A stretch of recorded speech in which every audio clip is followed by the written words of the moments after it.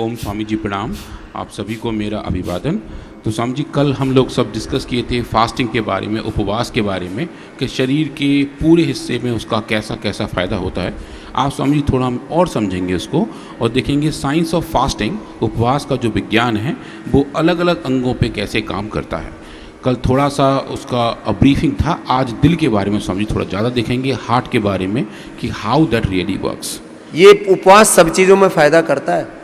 उपवास से दर्द दूर होते तुरंत, उपवास से हार्ट की प्रॉब्लम दूर होती है तुरंत, उपवास से डायबिटीज़ कंट्रोल होती है तुरंत, उपवास से पूरा शरीर निर्भर हो जाता है, एकदम हल्का फूल की तरह। और स्वामी जी, वो जो निर्भर होता है उसका बहुत बड़ा कारण है कि बहुत सारे ऐसे भार हम अपने अंदर लेकर चल रहे होते हैं अंदर, और वो भार जो कबाड़ है उसे हम बाहर निकाल पाते हैं उपवास के थ्रू, एक्सरसाइज के थ्रू। तो वो जो प्रोसेस है स्वामी जी, उसका नाम ऑटोफेजी है। कल जिसके बारे में थोड़ा सा डिस्कस भी किए थे, आज देख रहे हैं कि ऑटोफेजी जो कबाड़ को बाहर निकालने की प्रक्रिया है उसका और हमारे हेल्थ से क्या संबंध है, कार्डियक हेल्थ से क्या संबंध है। तो अगर आप स्क्रीन पर देख पा रहे हैं स्वामी जी, तो ये ऑटोफेजी प्रीडोमिनेंटली एक तरीके से हमारे शरीर को स्वच्छ रखने का एक बेसिक माध्यम है जो नेचर ने ऑलरेडी डिवाइस किया हुआ है। ये नेचुरली हमारे शरीर में होता रहता है स्वामी जी। और जब ये अच्छे तरीके से होता है, जो कि फास्टिंग के दौरान होता है, उपवास के दौरान होता है, तो स्वामी जी बहुत सारे फंक्शंस आने शुरू हो जाते हैं। मेमोरी बढ़ जाती है, मसल्स की मेंटेनेंस अच्छी हो जाती है, इम्यूनिटी बढ़ जाती है, जीन्स की इंटीग्रिटी बढ़ जाती है। इम्यूनिटी बढ़ती है, कुछ सोचते कम खाएंगे तो कमजोर हो जाएंगे। माने उपवास के फायदे मुझे लगता है डॉक्टर साहब रोज बताएं तो ये देश का अन्न की समस्या का भी समाधान हो जाए। स्वामी जी, इम्यूनिटी बढ़ती है और जेनेटिक इंटीग्रिटी बढ़ती है। जो डीएनए के अंदर ब्रेक्स आ जाती हैं, जो उसके अंदर टूट फूट होती है, उसकी डीएनए की रिपेयरिंग स्वामी जी बड़ा अच्छी हो जाती है। स्टेम सेल्स का रिजुविनेशन होता है। ये स्वामी जी ये बड़ा काम है। स्टेम सेल रिजुविनेट होते हैं, इसका योग से भी आप नया रिसर्च करो। अभी योग से तो रिजुविनेट होते ही हैं डीएनए और हमारे स्टेम सेल्स क्या है जरा बताओ जरा। तो स्वामी जी, जो स्टेम सेल्स हैं वो एक तरीके से हमारी फंडामेंटल सेल्स हैं जिनसे हमारी और सेल्स का जनरेशन होता है। आजकल स्टेम सेल थेरेपी पैरालिसिस में और जो क्रिटिकल एसएलईएमएस ऑटोइम्यून डिजीज में और कैंसर जैसे रोगों में उपयोग में लाई जाती है। हाँ स्वामी जी, तो स्टेम सेल्स हमारे शरीर के सभी अंगों में थोड़े थोड़े पाए जाते हैं। उनका काम होता है कि जब एग्जिस्टिंग सेल्स जाएं तो नीचे से वो बेस के तौर पर नई पॉपुलेशन बनाते रहें। तो वो जहाँ जहाँ होते हैं वो अपना काम करते रहते हैं। पर जब हम उपवास रखते हैं तो स्वामी जी उनके अंदर एक्स्ट्रा पावर आती है, वो एक्टिवेट हो जाते हैं और नए टिश्यू को, नए हेल्दी ऑर्गन को सपोर्ट करने में बहुत। पुराने सेल खराब हो गए, बेकार हो गए, बूढ़े हो गए, कमजोर हो गए, उनकी जगह नए सेल्स आ जाते। और ये तो समझ रहा सेलुलर लेवल पे कि एक सेल्स, पुरानी सेल्स मर गई, नई सेल आ गई। पर सेल के अंदर भी अपने अपने ऑर्गेनल्स होते हैं, उसके अंदर भी अलग अलग डिवीजन ऑफ लेबर है, उनके अंदर भी स्वामी जी कार्य का विभाजन है कि ये काम ये पार्ट करेगा, ये काम ये पार्ट करेगा। तो उसके अंदर भी अगर कुछ कबाड़ हो तो सेलुलर लेवल पे भी स्वामी जी ऑटोफेजी होती है, जहाँ अंदर की कबाड़ को बाहर निकाल के सेल अपनी लाइफ को बेटर कर लेती है। तो वो काम भी स्वामी जी ऑटोफेजी का होता है। उसकी वजह से सेलुलर होम्योस्टेसिस, मतलब जो बैलेंस बना हुआ है सेल के अंदर कि कितनी एनर्जी आ रही है, कितनी एनर्जी बाहर कंज्यूम हो रही है, कितना सामान अंदर डिलीवर हो रहा है, कितना उसको वो प्रोसेस कर रहे हैं, वो पूरा प्रोसेस स्वामी जी होम्योस्टेसिस होता है। उसका पूरा विज्ञान वो भी स्वामी जी ऑटोफेजी से लिंक है। जब हम फास्टिंग पर होते हैं तो एक एक सेल के लेवल पर स्वामी जी वो हेल्थ रिजुविनेट होती है। तो वो वाले काम भी स्वामी जी वहीं होते हैं। और इन्फ्लेमेशन तो ऑफ कोर्स इसकी वजह से कम होता ही है। अब हम देखें स्वामी जी हार्ट के बारे में। तो ये जो आप स्क्रीन पर देख रहे हैं स्वामी जी, ये एक थोड़ा सा कॉम्प्लेक्स स्ट्रक्चर है, पर ये बेसिकली ये बता रहा है कि हमारे हार्ट के अंदर सबसे ज़्यादा ऊर्जा का इस्तेमाल भी किया जाता है। हार्ट के हर एक सेल में देखें स्वामी जी, तो जो ऊर्जा का पावर हाउस है हमारे सेल के अंदर, जिसको माइटोकॉन्ड्रिया कहते हैं, जो लगभग पूरे सेल्स में पाया जाता है, जिसका काम एनर्जी को प्रोसेस करना है। हार्ट के सेल में स्वामी जी हम देखें तो लगभग 1/3 सेल का वॉल्यूम माइटोकॉन्ड्रिया लेकर चलती है। इतने सारे माइटोकॉन्ड्रिया पैक होते हैं उसके अंदर ताकि वो बीट कर सके। वो एक ऐसा ऑर्गन है स्वामी जो कभी आराम नहीं करता, जन्म से लेकर मृत्यु तक हर वक्त वो ऑर्गन काम करता रहता है। सोते हुए थोड़ा सा हल्का सा स्लो हो जाता है, उसकी पेसिंग कम हो जाती है, पर काम तब भी करता है। अखंड प्रचंड पुरुषार्थ करता है। हाँ समझिए, अखंड प्रचंड पुरुषार्थ का एक बहुत अच्छा एग्जाम्पल हमारा हृदय है, जो हर वक्त यही काम करता रहता है। और समझिए जैसे कल हम लोग थोड़ा किए थे डिस्कस कि एनर्जी की करेंसी एटीपी है। एटीपी एक ऐसा मॉलिक्यूल है जो जनरेट होता है माइटोकॉन्ड्रिया में, और वो आगे जाके एनर्जी के सिक्के की तरह काम करता है। वो उसका मुद्रा होता है कि जहाँ देके सेल फंक्शन अपने अपने काम करते हैं। समझिए बहुत हल्का छोटा सा मॉलिक्यूल है, पर अगर हम ये देखें कि पूरे दिन हार्ट कितने सारे एटीपी का सिंथेसाइज कर लेता है, स्वामी जी को उसे तोलने बैठे ना स्वामी जी, तो लगभग 6 किलो एक सिंगल कंपाउंड हमारा हार्ट प्रोसेस कर लेता है, बना लेता है, क्योंकि इतना फास्ट वर्किंग हार्ड वर्किंग और ऑर्गन है स्वामी जी वे। तो ये बहुत ही अमेजिंग नंबर्स हैं कि इतना सारा प्रोसेसिंग हमारा हार्ट करता है, और उस हार्ट के अंदर भी स्वामी जी वक्त के साथ साथ एजिंग होती है। और वो जो एजिंग है, अगर हम जब फास्टिंग करते हैं, उपवास रखते हैं, तो वो स्वामी जी थोड़ी सी बेटर हो जाती है। और आजकल बहुत सारे रिसर्च हार्ट के फास्टिंग के ऊपर हो रहे हैं, और एक सेंट्रल थीम जो आजकल है स्वामी जी, वो कीटोन बॉडी के ऊपर है कि बहुत सारे कीटोन्स हैं जो सिक्रीट होते हैं, जो ब्रेन के फंक्शन को अच्छा करते हैं, वो हार्ट को भी स्वामी जी काफ़ी अच्छा करते हैं।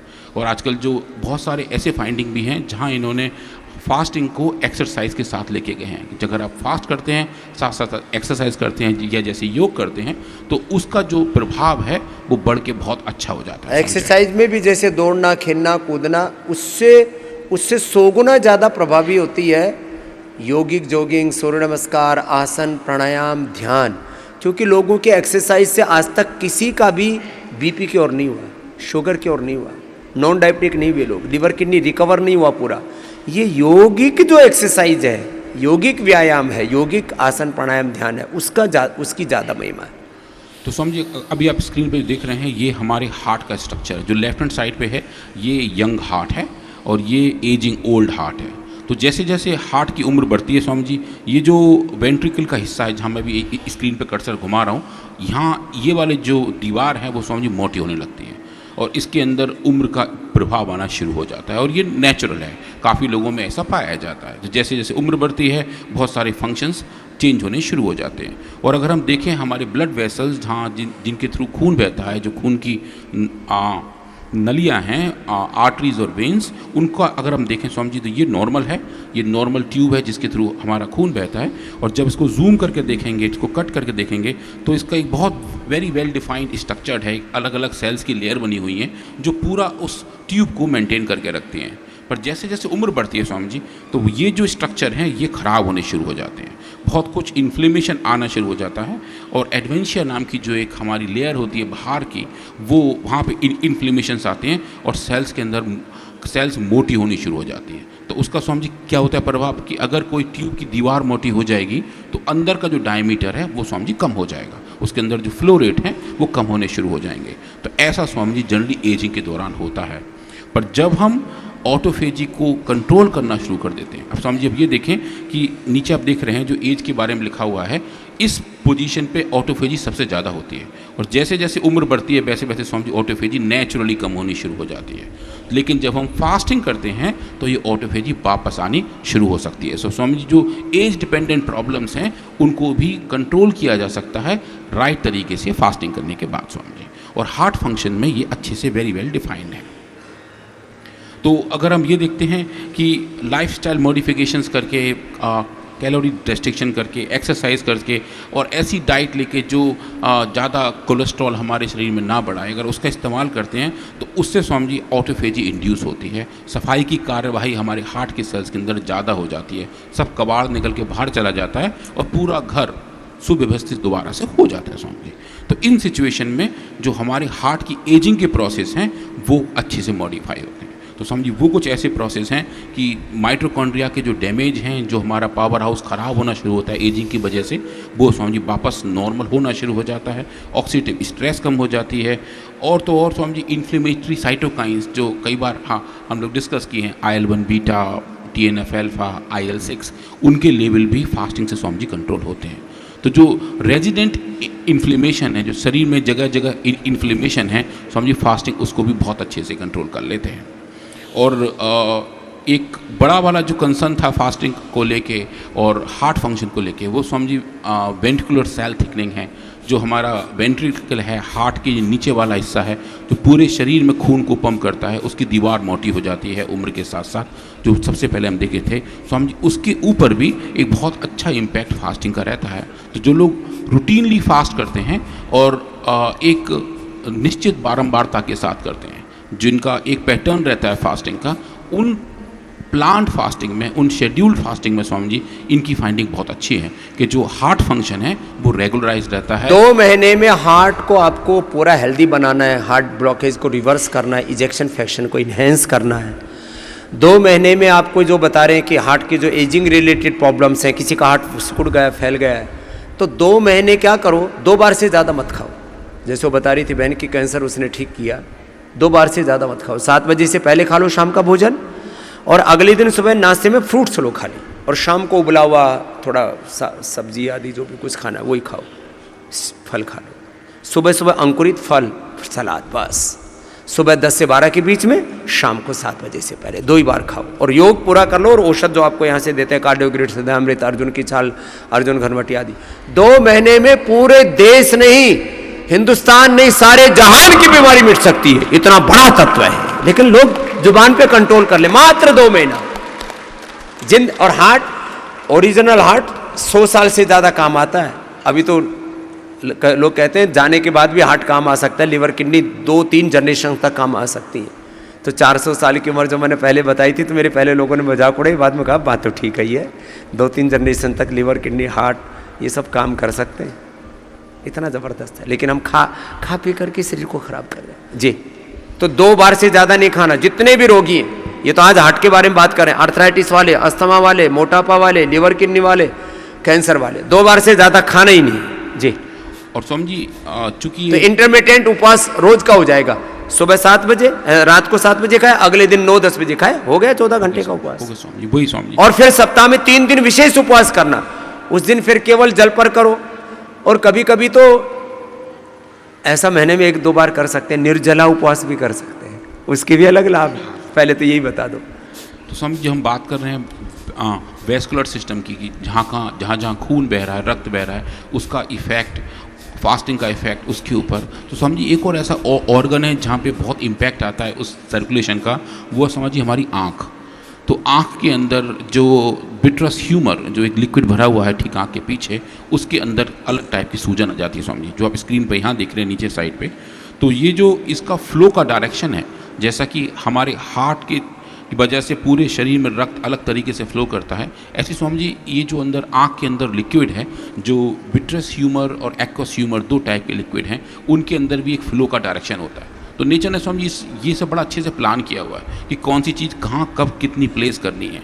तो वो जो नेचुरल फ्लो है उस फ्लूइड का, जिसकी वजह से आँख हेल्दी रहती है, वो स्वामी जी जनरली एजिंग की वजह से कम होना शुरू हो जाता है, उसके अंदर के प्रोसेस चेंज हो जाते हैं, जो उम्र की वजह से हो रहा होता है। और कभी कभी इन्फ्लेमेशन में भी ऐसा पाया जाता है। तो स्वामी जी ऐसा बहुत अच्छा फाइंडिंग है, और जो लोगों ने ऐसा दिखाया हुआ है कि जब हम अच्छी वाली फास्टिंग करते हैं, इंटरमिटेंट फास्टिंग करते हैं, तो जो विट्रस फ्लो है, जो आँख के अंदर का फ्लो रेट है, वो भी स्वामी जी नॉर्मलाइज हो जाता है। और ये एक अच्छी वाली एडवाइजेज हैं और फाइंडिंग्स हैं जो ये बताते हैं कि अगर हम स्वस्थ आँख की तरफ जा रहे होते हैं, जो सब कुछ पूरी दुनिया उसी से देखनी होती है, तो फास्टिंग का भी स्वामी जी इसमें बहुत अच्छा ही होता है। अभी एक भाई सुबह बोल रहा था, 3 दिन पहले उसको धुंधला, अब बिना चश्मे के दिख नहीं रहा था, चश्मा उतार दिया तो अंधा हो जाता था। अब वो थोड़ा बहुत धुंधला दिखाई दे रहा है, बिना चश्मे के मुझे नहीं देख पा रहा था, आज पहली बार 3 दिन के अंदर ही उपवास से मुझे देख पा रहा है। ये तुरंत देख लो ना असर इसका। ये बड़ी चीज़ें हैं। जिसको दर्द था उसका दर्द दूर हो गया, अंदर का इन्फ्लेमेशन दूर हो गया, जितने भी पेन मार्कर्स हैं वो डाउन आ गए, दर्द दूर हो गया, शरीर हल्का हो गया। और फास्टिंग से समझिए एक चीज़ और अच्छी होती है कि जो हमारे शरीर के अंदर जो मेजर ऑर्गन हैं, उनका आपस में कम्युनिकेशन है। तो वो जो कम्युनिकेशन है वो भी एक इम्पॉर्टेंट फैक्टर है हेल्दी लाइफ के लिए। तो हमारे स्वस्थ जीवन के लिए ज़रूरी है कि हमारा ब्रेन हार्ट से अच्छी तरीके से बात करे, हार्ट अलग अलग ऑर्गन से बात करे, किडनी कुछ और तरीके से कम्युनिकेट करें।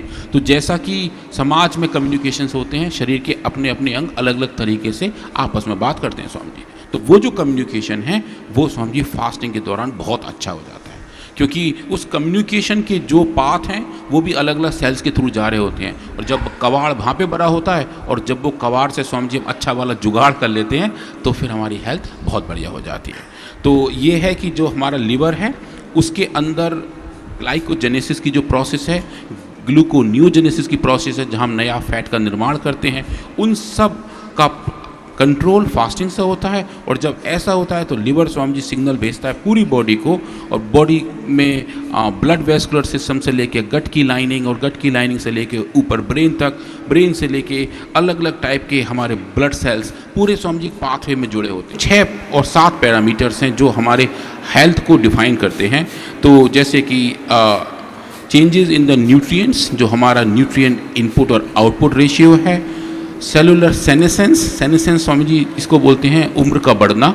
उम्र के जो इफ़ेक्ट हैं वो बॉडी पर तो होते हैं स्वामी जी, एक एक सेल पे भी होते हैं। तो जैसे हमारी RBCs हैं जिनको 120 दिन रहना है, तो जो 110 दिन पुरानी RBC होंगी वो 1 दिन पुरानी RBC जैसी नहीं होंगी। जैसे जैसे उम्र बढ़ती है सेनेसेंस का एक इम्पैक्ट आता है। पर लेकिन अगर हम फास्टिंग से और एक्सरसाइज से उस सेनेसेंस को, उस उम्र बढ़ने के प्रोसेस को स्वामी जी कंट्रोल कर सकते हैं। और ये ऐसा दिखाता है कि जब वहाँ आप कंट्रोल करते हैं तो अलग अलग पैरामीटर जो सेलुलर लेवल पे हमारे शरीर को डिफाइन करते हैं वो अच्छे होने शुरू हो जाते हैं।